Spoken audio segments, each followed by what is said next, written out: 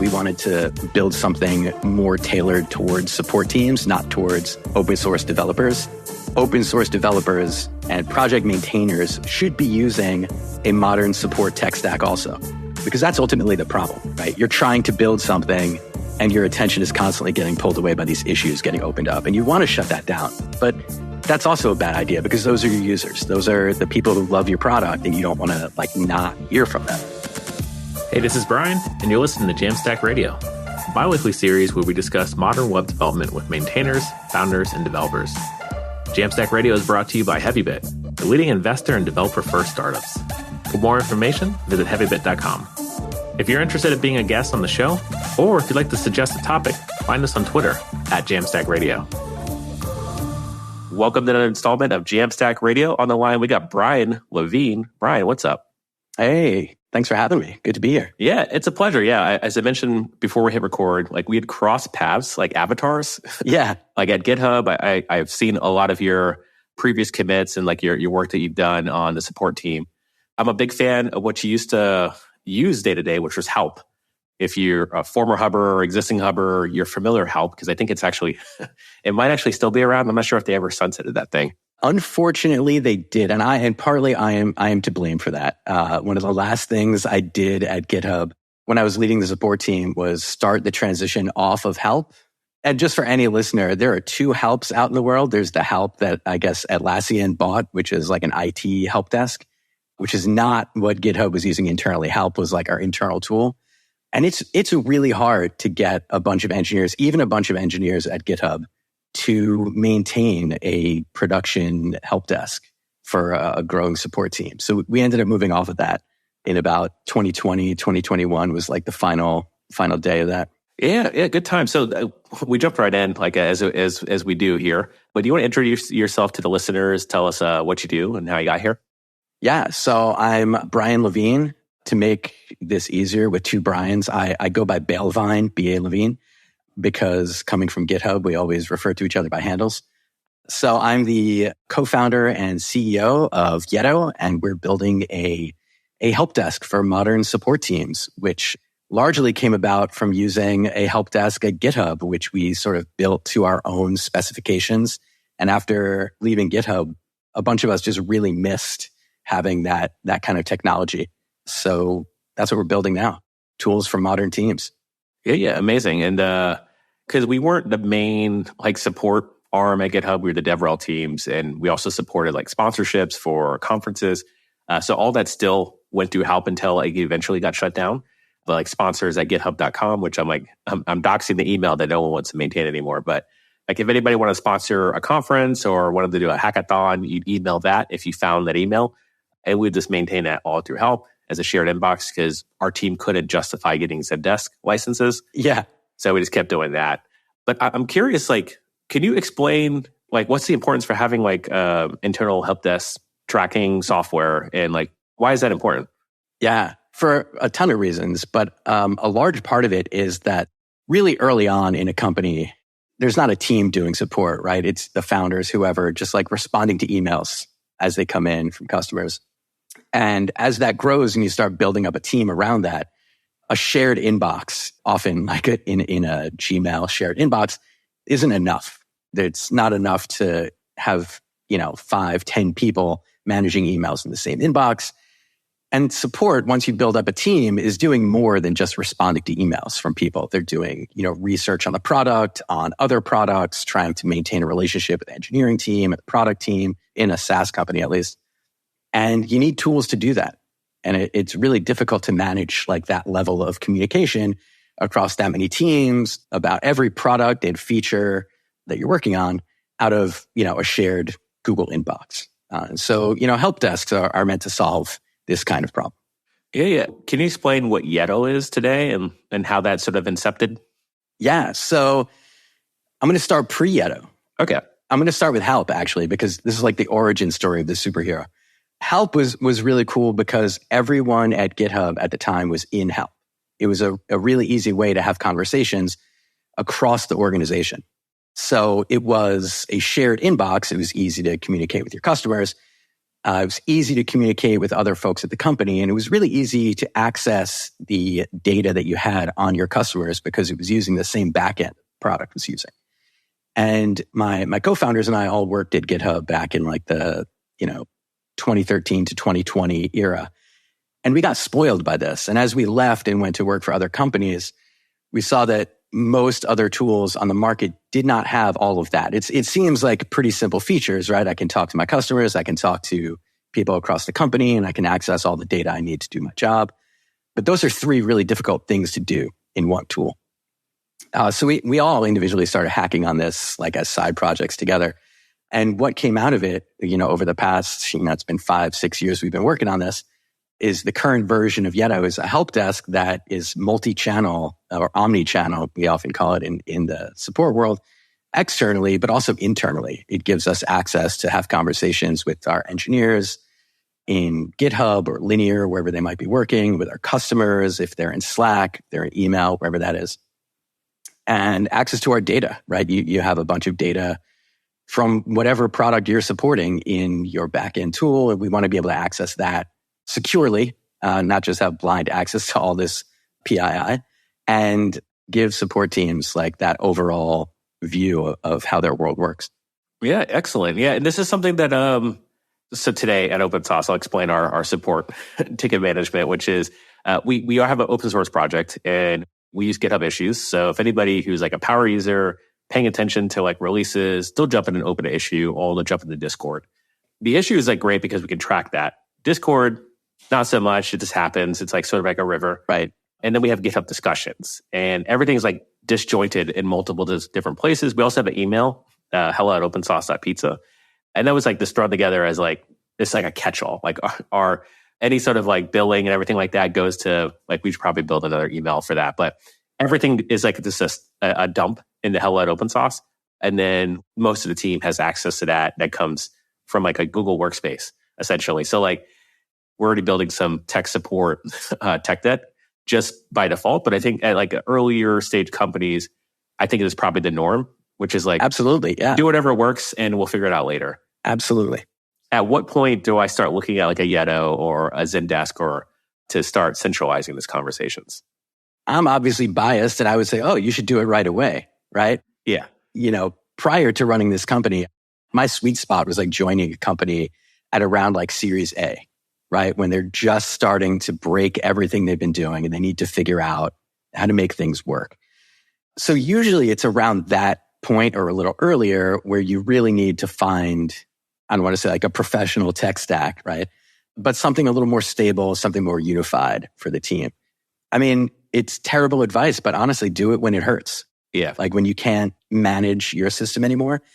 I've done this for a couple of companies, and I've, done this as a consultant for a number of startups at this point too. And you see that in a lot of places where they add a bunch of channels because I think your billing example is a really good one, right? You want to add like a billing email because, well, those shouldn't end up in the same inbox as like, hey, I'm trying to get started on this. How does your product work? But the more channels you add, the more ways people can contact you, the more chances that stuff gets lost. There are more things for you to go check on every morning, or, a couple times a day, you have to go check every inbox. So you get to a point where it's too difficult to have everything in one place on your own. You can't have that one hello email. One info at is my favorite. Everyone's just using info at for everything. But then you can't split it up into like 10 different ones because then things fall through the cracks. You want to be on Slack and Discord, and you're on Twitter and Threads, and like you can't keep up with that. So it's at the point where that starts to fall apart. And when you can see like, all right, 6 months from now, that's all going to break. That's when you should start porting things over into a unified tool. Yeah. And I think we're probably on that 6-month trajectory where we've had a lot of like friends, I guess I would call it, like early users who hit us up on Twitter and Discord. We're now getting random tweets of like, hey, open sauce thing happened or question here. So like we're not at the point where that's like unmanageable at this point. Right. But I could see that as we hit our next inflection point and sort of hit traction, folks are like, oh, I expected this product to do this. It's not doing it today. Let me mention this random faceless company to fix my problem for me. right? And you got 4 people behind the scenes like scrambling to respond to like every message that comes in from every channel where a customer can message you. And like you could spend more money and just put more bodies behind that, right? You could have someone dedicated to responding on Twitter and all your social media. But that's not a great use of money and time early on either. Yeah. And it's just like the 4 people are basically all engineers that also have a whole nother focus. Yep. So I was going to ask a question like, is it Series A when you think about hiring your first customer support person or customer success? That's such a good question. GitHub was the first tech company I worked for. Okay. I'd been working in a government job for 12 years as an aerospace engineer, like totally outside the world of tech. And I joined GitHub as a tech support engineer because that seemed like a more fun job. And like it was absolutely more fun. But I didn't know that GitHub was doing things differently from other companies back then. I just thought this is like how tech works. And GitHub hired a customer support person as their first non-founder.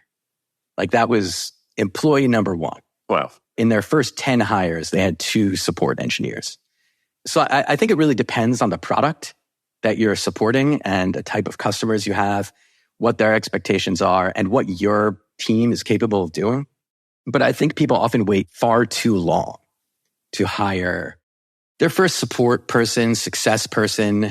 I generally tell people that like if you've got like 15 people and you don't have a support/success role already at your company, you're probably in pain and you don't know how much it hurts until you bring that person on and feel the relief of someone doing that work.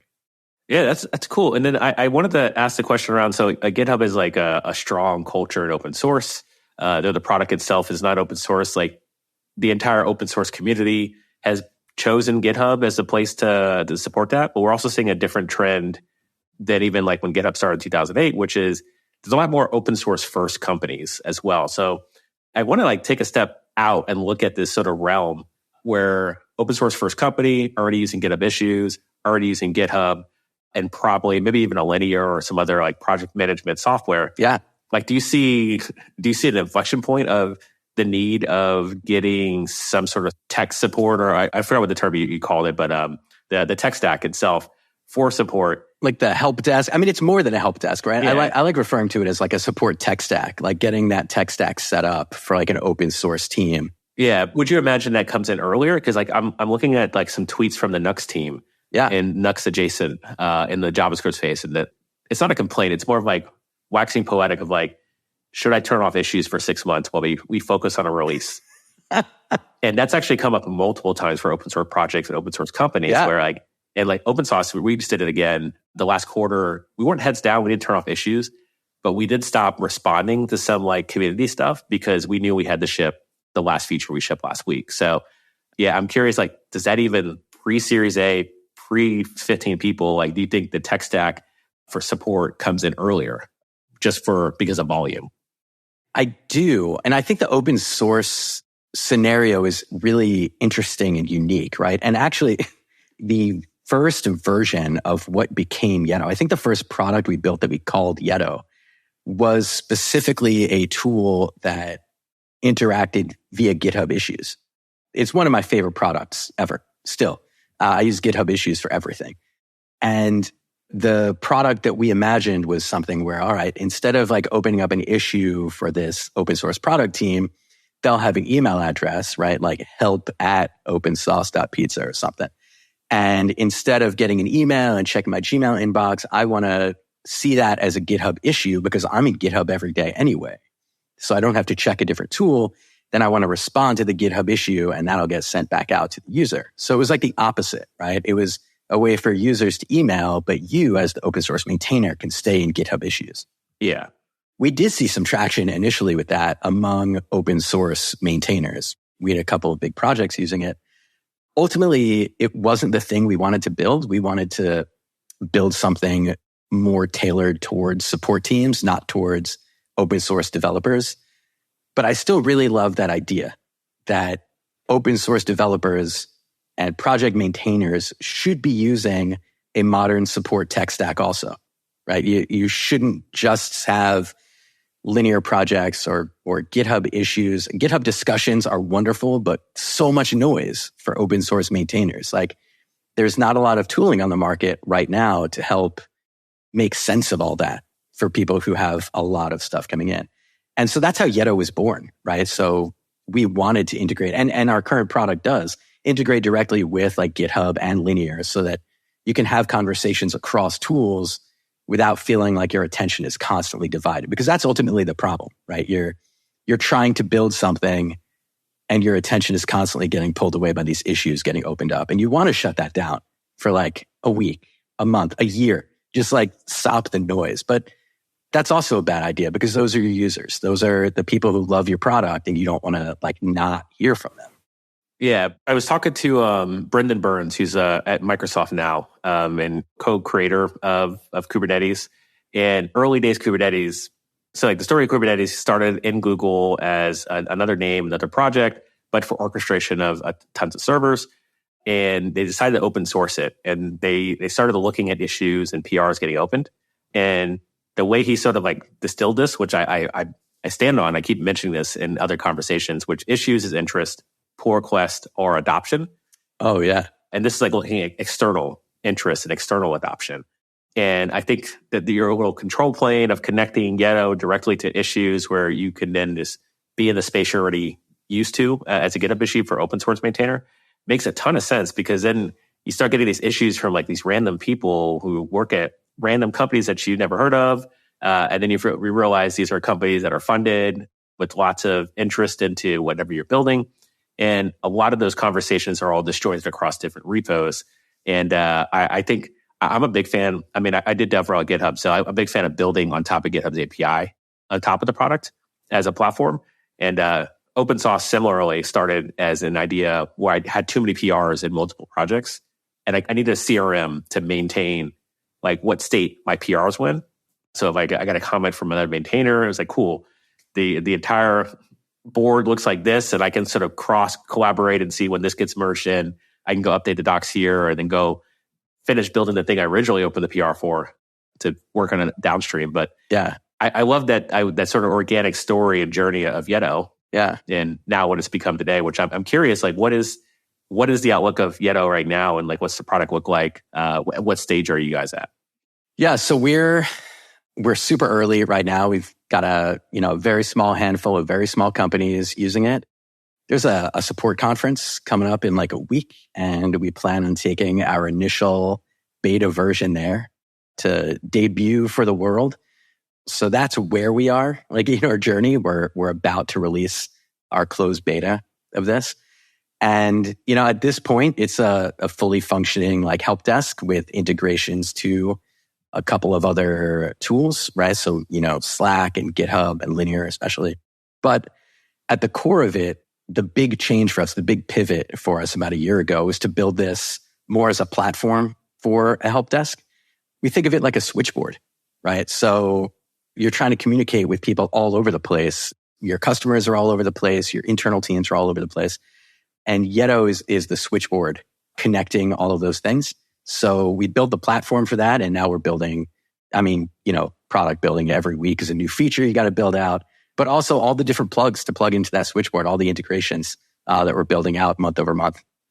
That's sort of where we are now, getting our first batch of early beta customers to design partners to kick the tires on this. And, we're looking for feedback on, how the product works, but also what people are looking to integrate. Like, where are they talking to their teammates? Where are their engineers working?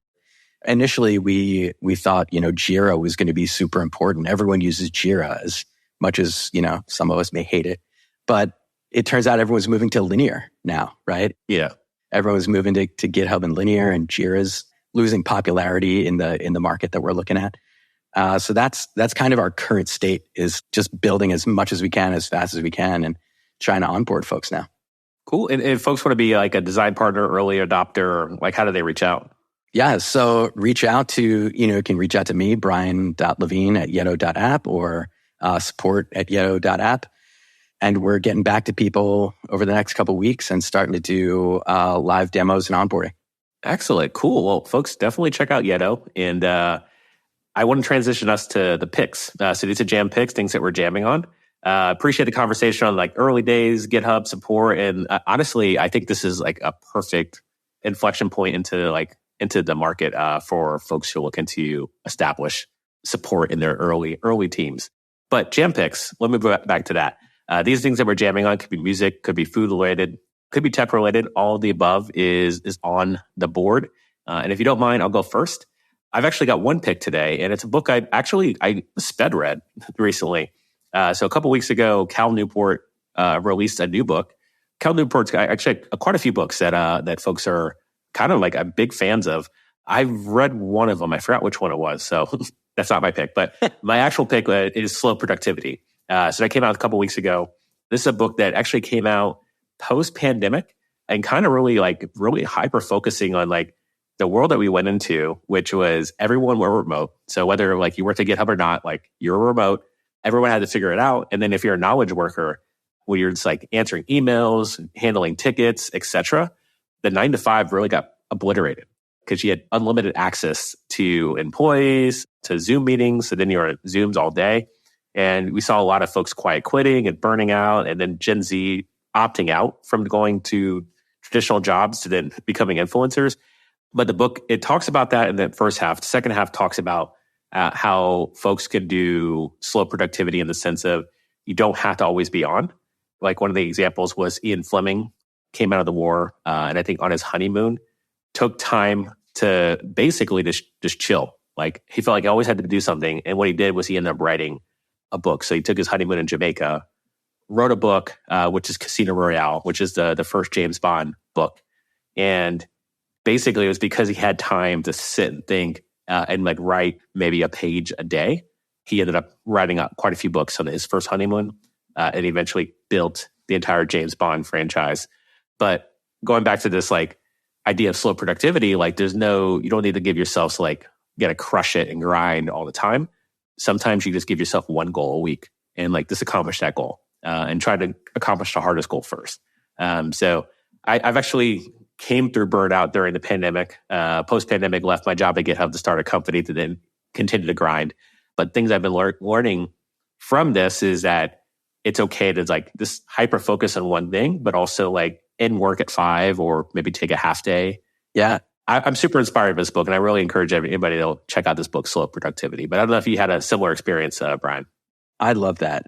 Man, I had like this backwards experience where I worked at the government where no one grinds, where everyone is slow, non-productive. And then joining the tech world in 2013 where everyone is just grinding all the time. I was not ready for that. You know, that was like a big change. I was putting in like 80-hour weeks for years. And like now, like, 12 years later, thank God I learned my lesson through several stages of burnout several times over to get there. But yeah, I'm going to go buy this and read this today. This is right up my alley. Yeah, I highly recommend it. I felt very inspired after reading it. And I've been doing this thing, like I read a book a week is my goal, just to essentially just like give myself some time away from work to focus on like at least an hour a day, like just read. And it's been super helpful because like I don't currently pay for a therapist. So like I feel like it's a bit of like my therapy where I can just like walk away from work or walk away from anything and just like go and like sit and do a thing that's not binge Netflix. Yeah, same. I'm a big reader also. Probably not a book a week. I'm not a fast reader. Similarly, I also have a book pick. I just bought this book. I'm going to recommend a book that I have not even read yet. It's a book by Mercer Smith, who works for a company called Partner Hero. They're a BPO, business process outsourcing company. It's called CXOXO. It's all about building support teams and like walking through her thought process on how to do this. And I've known her for a little while, and I've spoken to her about this stuff. And so I'm gonna recommend her book, having read 5 pages of it. If anyone wants to know what it's like to build a support team and what goes into the thought process of building a team and picking your tools and deciding how to support your customers, this is a great person to learn from. And it's primarily written with support leadership in mind, right? But I think it's super valuable for people tangential to support, right? For engineers, product leaders, marketing folks, CEOs especially. to read this and see what goes into actually supporting customers and how to do that well. Cool. Yeah, I'm actually going to put this in my list. I love reading, I guess, business books. I don't know if this is a business book, but yeah. Sure. Like I've been reading a lot of product books recently. I'll save those for future picks in the on the podcast. But I love expanding stuff I don't have a lot of context into, and like support being one of them. A lot of product operations stuff that I'm just not quite up to speed on. And so I definitely put this in my backlog for sure. Nice. I had a secondary pick of a book I have read, which I'm going to bring up GitHub again because I'm talking to an ex-hubber, like we're obsessed with this. Yeah, I mean, it's a life-changing company. It really is. Great place to work. Yeah. An executive there recommended this book to me like pretty early on. And it seemed very odd for an exec to recommend a book by David Graeber called The Utopia of Rules, which is all about our modern, primarily like European, North American approach to bureaucracy and why we do it, right? He's an anthropologist and an anarchist writing about modern bureaucracy. And I think it's enlightening, probably a little aggravating at times, but if you want some insight into how office culture works and why, and the things that we get upset about offices, and I know in tech we rail against, big office culture and corporate professionalism and all that, and there's a reason it exists, and there's a reason fighting it the way we fight it is not going to work. Any book by David Graeber is great, but The Utopia of Rules really changed the way I think about work. Nice. Yeah. Another one to be added to the list. I'm going to grab it on Kindle today. Yeah. Appreciate the picks, Brian. I think we're in similar wavelengths, not because we're both former hubbers, but as founders, I'm happy that we connected. Yeah. And looking forward to checking out Yetto. And listeners, keep spreading the jam. That's all we have time for today. If you're interested in being a guest on the show, or if you'd like to suggest a topic, find us on Twitter @Jamstack Radio. This show is brought to you by Heavybit, the leading investor in developer-first startups. To learn more about Heavybit, visit heavybit.com.